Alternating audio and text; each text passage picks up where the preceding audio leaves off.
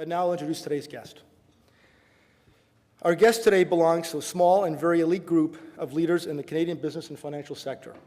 Our guest today is one of the certain individuals whose vision, contributions, and direction setting have made such an indelible impression on the organization they lead or represent. And their name has become synonymous with it. Aspera at Canada West, Global, Baselli, and Lazarus at RIM. In the same way people say Rick Waugh and think Scotiabank. And so they should. The relationship between the last two has lasted close to 40 years, and by all accounts, it's still going strong. Over the last couple of years, governments of all over the world have poured hundreds of billions of dollars, probably trillions by now, to prevent the all-out collapse of their banking and financial sectors. Yet, in the third quarter this year, Scotiabank reported a net income of $931 million and record revenues for the second consecutive quarter. With over 69,000 employees, Scotiabank is Canada's third largest and most geographically diverse bank, and with offices throughout the Americas and in Asia.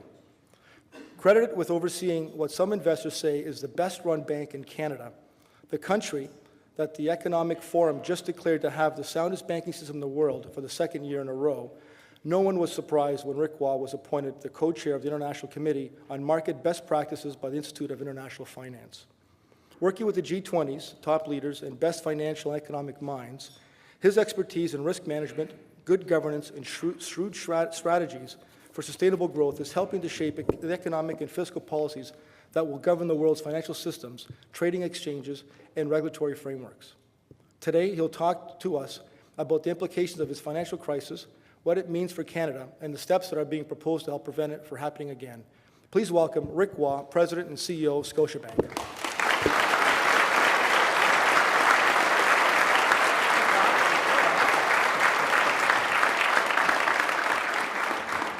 Well, thanks, John, for that great introduction. And it's great to be here today. Actually, for a banker, it's great to get invited anywhere, where you come.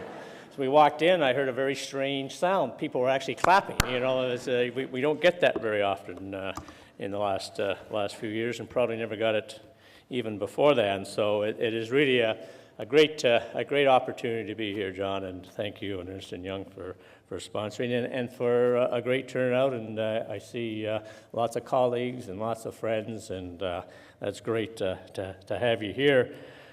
It was the last time I addressed the Canadian Club was in 2005. It was in Montreal, and that was 2005, and things have changed a heck of a lot. Boy, have they ever.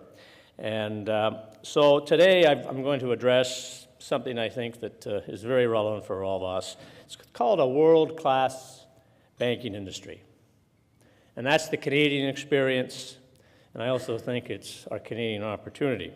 But I'll speak more on this in a little later, and some of the causes of the past 2.5 years that have caused this worst financial crisis, not only in our careers, but in history.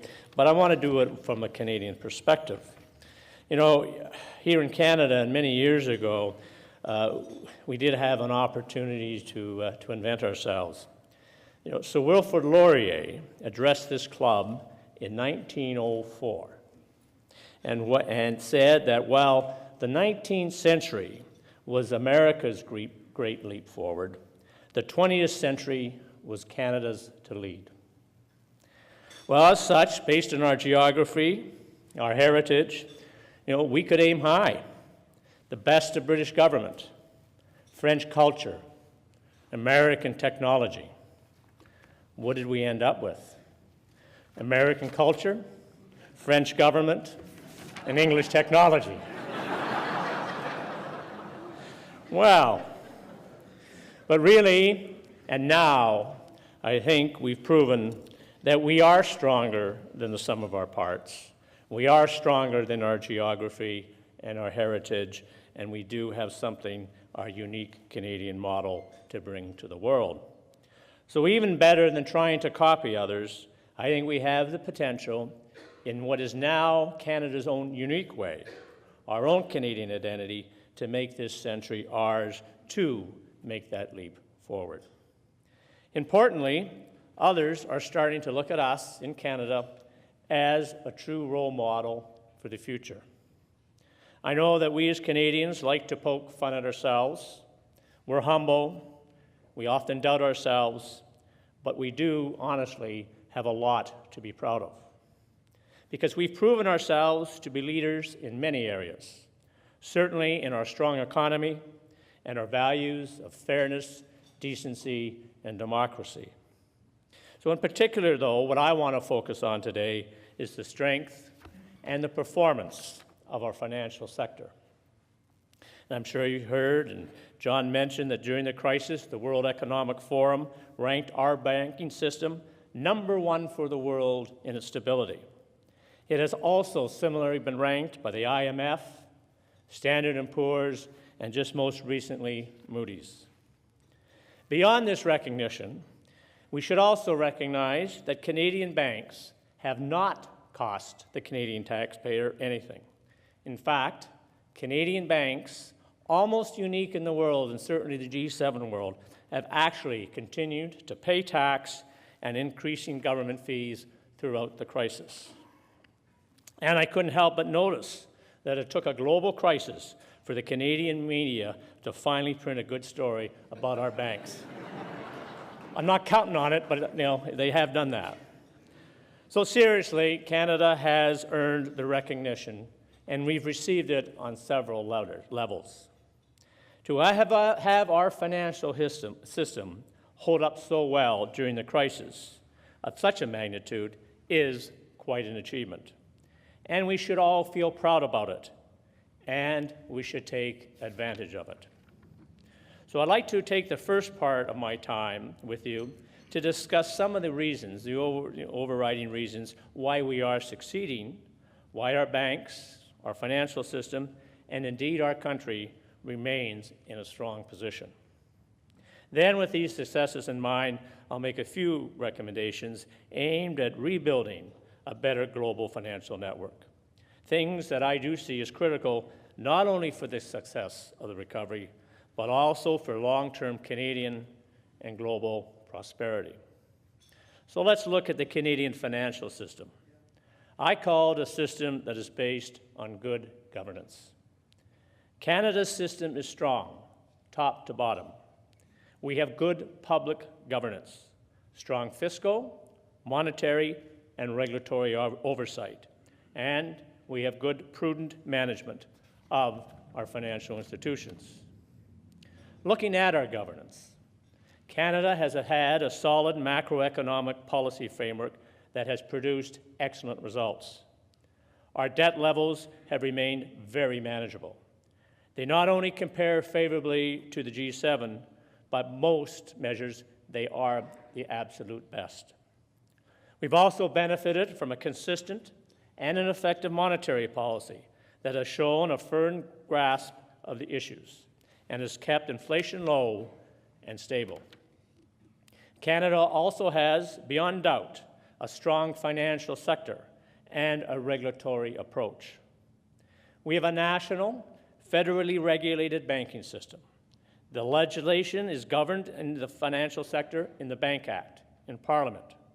It is strong and it is comprehensive, but it also allows for change and evolution, a necessary component of today's world. Canada's banking system has benefited from strong oversight. Our national regulatory body, the Office of the Superintendent of Financial Institutions, OSFI as we know it. OSFI works independently, but is open to dialogue with our banks. And this has been augmented by both formal and informal dialogues with the Bank of Canada and the Ministry of Finance. Canada was one of the first jurisdictions to implement Basel II, a more demanding international regulatory standard, but only after a long, rigorous, and expensive process to ensure the integrity of our system and the new Basel regulations. In addition, as an added precaution, OSFI also retained proven safeguards, such as leverage ratios, additional capital buffers, intensive on-site inspections, and its own self and peer evaluation of its performance. As well, the government and the Bank of Canada also ensured a uniquely conservatively structured mortgage market through the Canadian Mortgage and Housing Corporation, CMHC, and produced other safeguards as well. The strength of Canada's regulatory leadership led the G20 just a few months ago to name Canada as co-chair of a group responsible for improving regulatory regulation and transparency. OSFI is also actively involved as a member of both the Financial Stability Board and the Senior Supervisors Group, the two preeminent international regulatory bodies. Another important part of our system is that, sorry, I missed a page here. Another important part of our system is that, unlike the United States, all of our Canadian major investment dealers are owned by banks and have been managed and regulated on a consolidated basis for over 25 years.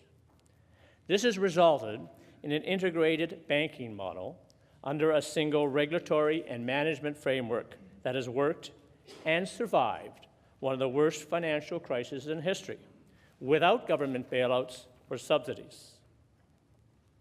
The foundation, the structure, and oversight of our financial system has had a great deal of influence on its strength. But what happens at the ground level, in the management of the financial institutions themselves, is equally important, and in fact, very important to our success.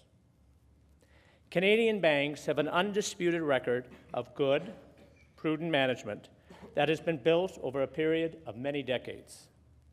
And if you forgive me, I'll use Scotiabank as an example. You know, we've been in business for 177 years. Our bank has survived the ups and downs of many, many business cycles and more than a few crises. But our revenue is earned from retail, commercial, and corporate customers, as well as investment banking and trading. The latter is important, but it is not a large part of our total revenue and doesn't dominate the business model. Our business model, along with the other Canadian banks, is fundamentally different from several of the US and the European banks who were driven and dominated by investment banking and trading, and which in many respects was at the core of their own financial problems. They took risks that were too large in order to drive short-term profitability. As I said, we are more of a traditional banking model, which has ensured accountability and good risk underwriting. We have a strategy of originating good assets, primarily loans, with known risks, and we generally hold these loans rather than securitizing and moving them off the books. And it's very important to note that no government regulation or policy prohibited us from using securitization for the sale of assets or from investing in what we call the toxic assets, US subprime, mortgages, CDOs, and so on. We chose, the Canadian banking industry, not to do so because of our own unease at the risks. And while OSFI prudently regulated us to higher capital ratios, Canadian banks voluntarily chose to hold much higher capital than our international peers and higher than OSFI's own standards. Our approach to risk is that we think of it in very holistic terms, which encompass credit and market risks, operational risks, and embodies accountability. Scotiabank's success is based on the diversification of several sustainable revenue streams, internal checks and balances, and the strong embedded risk culture of accountability with caution. Revenue and profitability take into, in fact, the costs of the risks in our pricing of our products and in our compensation. We are diversified in several ways across all our business lines, all of which produce sustainable, profitable revenue across the many products and services that we offer our customers and across the many geographies in which we operate. And for us, Scotiabank, that's over 50 countries.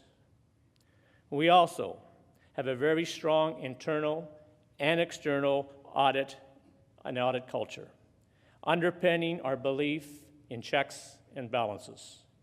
And our risk management responsibility reaches through the entire organization, right to the top, including myself and our board of directors. We also have an independent board and chair. We've had one since 2003, when I took over and we separated the chairman and the CEO functions. All Canadian banks now have a non-executive chair, and in our case, I'm the only management representative on our board. Scotiabank's past 3 CEOs, which go back to 1972, 2 years after I joined the bank, myself included, have headed the risk committee of the bank, which reviews all large exposures and all large transactions. We meet at least twice a week. And business line heads, several of them in the audience today, as well as our senior risk managers, several in the audience today, are expected to attend regularly. And as my colleagues here will confirm, these are not just meetings held at 10,000 feet. We deal risk by transaction, applying appropriate strategies and policies, but most important, a collective judgment. As well, we have several other committees that permeate the bank, both in Canada and around the globe where we operate and where we conduct business. I'll end here because I don't want to disclose too many details on how we manage risk and give away all our competitive advantage. We've got to keep some to ourselves. The point is, what I'm trying to illustrate is Canada and our banks have demonstrated it is possible to have a strong, sound financial system that supports the economy, that can withstand crises, and that sustains healthy and profitable banks. It is a combination of sound government policy and regulation and good management and judgment by the banks themselves. Canada's system does all these things I mentioned, I believe, based on strong values, broad principles, and the exercise of judgment and accountability, not with overly risk-based requirements. It comes down to prudential and balanced management and governance at all levels, by all parties, public and private.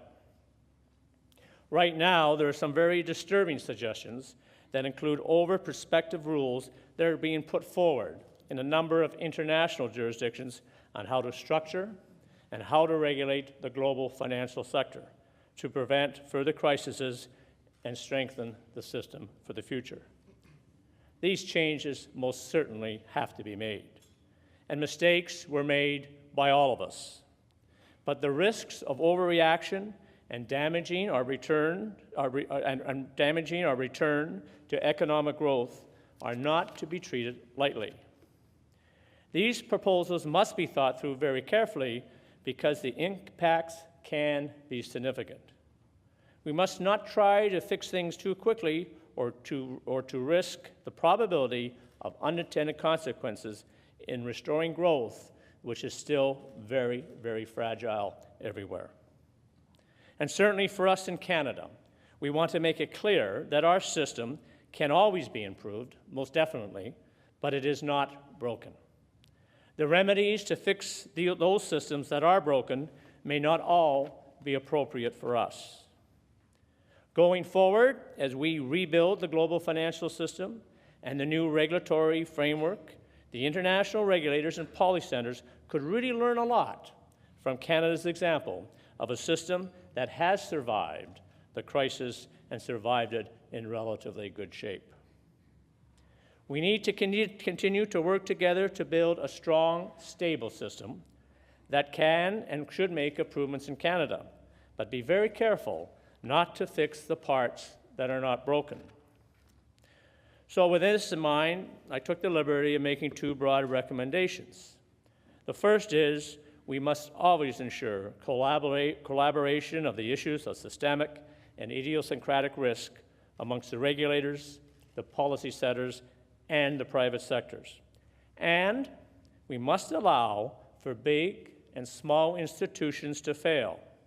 We must, but in an orderly and controlled fashion. Most banks are initiating better risk management, better liquidity, better compensation policies. However, these are complicated changes. They take significant resources, senior management time, and extensive system changes. For example, it requires at least several months to plan, design, communicate, and execute complex compensation changes. And because of their complexity, they have not yet been fully implemented by many participants. We implemented changes earlier this year in our compensation practices in Scotia Capital, but that work started in early 2008 and took us well over a year to get it right. Markets, however, though, have responded very quickly now to all these actions. And in certain markets, indeed, they've created windfall profits for several banks where changes have yet to be implemented. Ultimately, the policies will be implemented and monitored, and the result will be a stronger financial framework. This is especially important in the world of globalization and a world of interconnectedness, and certainly in this time of uncertainty. The crisis showed the degree to which global financial systems were interconnected. It is critical that all parties involved work together to build a new financial framework and address this complex interdependence. We must address moral hazard in the system. It is unfair and an unsustainable model to privatize profits, yet socialize the losses. Taxpayers should not pay. Management should be held accountable, and shareholders should bear the risks. To do this, among many necessary changes, we do need the equivalency of a bankruptcy code, but on an international scale for these interconnected financial institutions, one that is endorsed and hardwired into the international legal and prudential framework. This would include large institutions, but also smaller ones, which have a large degree of interconnectivity. Size is not the only issue. It's how we are interconnected they are, as we've seen with those small Icelandic banks, which have caused such great damage. The mistake with the collapse of the Lehman Brothers is not necessarily the fact it went under, but there was no way of ensuring that the failure would be orderly and controlled. There was no legal or multi-jurisdictional framework in place. This obviously has to be improved. There must now be renewed global coordination to ensure that solutions are being applied in a right way and a way that creates a level playing field. Regulators, central bankers, political leaders all must be conscious of how the rules are being interpreted at individual jurisdictions and beware of those quick solutions which leads to unintended consequences. In Canada, we have to do things ourselves. We can improve by adopting a national securities regulator and ensuring that they are part of this collaborating process. As a part of greater collaboration, the private sector and the accounting professions must also be involved. We all know regulatory rules have never and never will prevent a crisis. And changes should take into account measures underway by the private sector and banks to address problems identified by this crisis.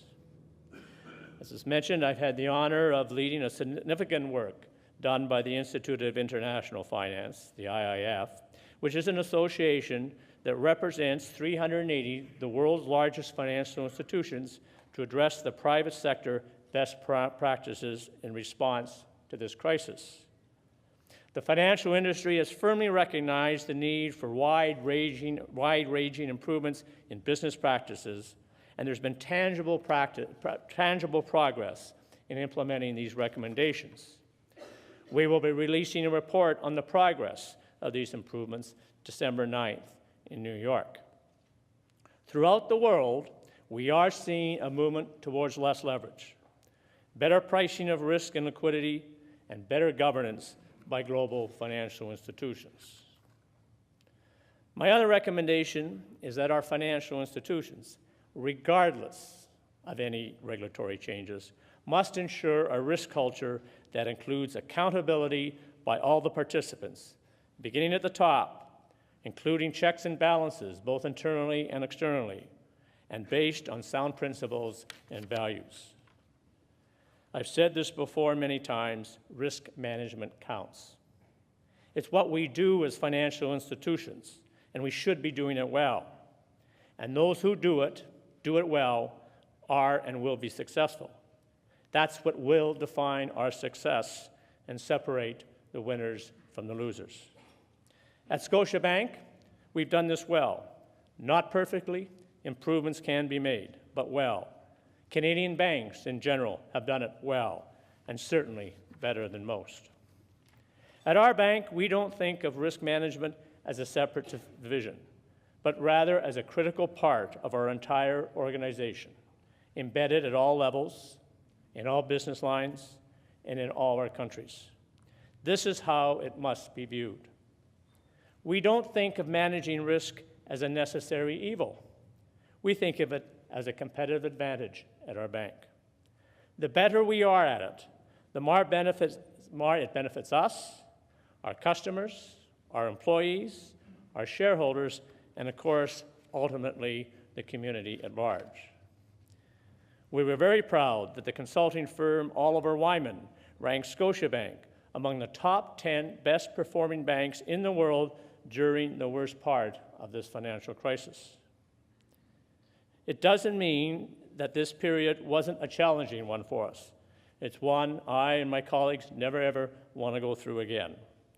But I think our success speaks to the strong emphasis we've placed on building our risk culture and our risk management over many, many years. I suggest that it would benefit everyone, others, to come and look at our model.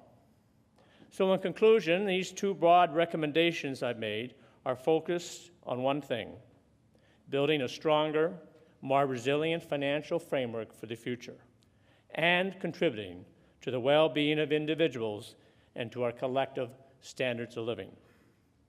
Bankers are not evil, despite what you may have heard, but mistakes were made. I suggest that we look at fixing the mistakes and closing the gaps which were lapsed, and we should look at our successes, what worked, why it worked, and what we can learn from it. And the world can learn from the Canadian example. A good, sound, and profitable system like ours is the best defense against further crises, which undoubtedly will come again. Strong fiscal and monetary policy, balanced regulatory oversight, and prudent policies and judgment by the banks have played and shown this important role. Moving ahead in Canada, we must build upon these strong fundamentals, these proven principles, and not succumb to using solutions being put forward to fix other systems that were severely broken and which are not appropriate for us. For our part at Scotiabank, we will keep working, using our stability and success to improve our practices, to build a better bank, to contribute to strengthen our financial system and our economy. And we will look forward to the new opportunities that this brings here in Canada and around the world.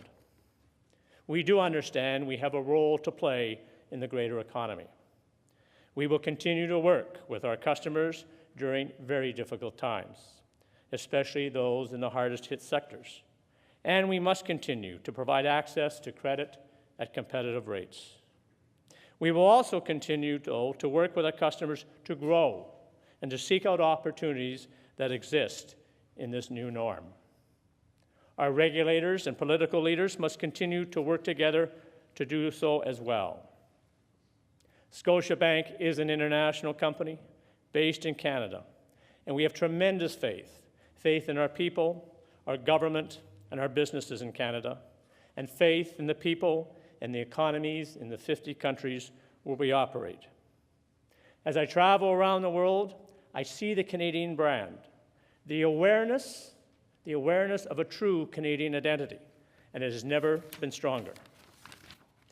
I have every confidence that Canada will continue to set an example in the world and to be an important part of the future success of the global economy and in building better lives for all of us.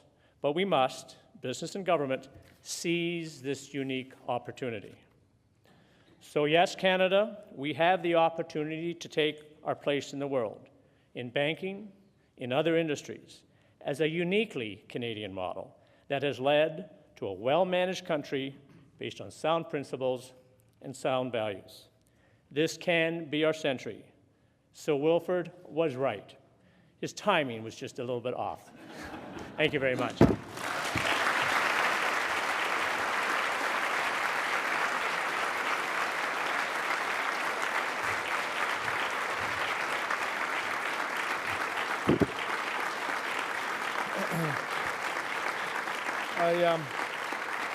Thank you very much, Rick.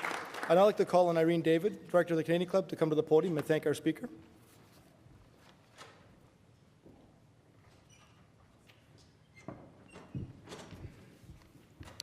Thank you, Rick, for joining us today and being kind to the accountants in the room. For many, many years now, Scotiabank has been a model of fiscal responsibility and reliability and sound practices. But in your leadership of the organization, you've done more than ensure its reputation for smart, safe money management. Scotiabank is also known to be one of Canada's most engaged corporate citizens, contributing to the communities in which it operates all over the world in a wide variety of areas. Here at home, that involvement amounted to $43 million in donations in 2008. In fact, Scotiabank operates one of Canada's largest philanthropic organizations, supporting social services, the arts, health and educational programs, and more, all across the country, especially for children and youth. And we understand that the importance of giving back to the community is something that you personally model at Scotiabank, Rick. You're known for your own volunteer work with some of the most respected charitable organizations, the United Way of Toronto, Catalyst, the MS Society, and St. Michael's Hospital, to mention just a few. Thank you again for sharing your insights with us today and for being an example to the world of Canadian banking and leadership at its best. Thanks, Rick.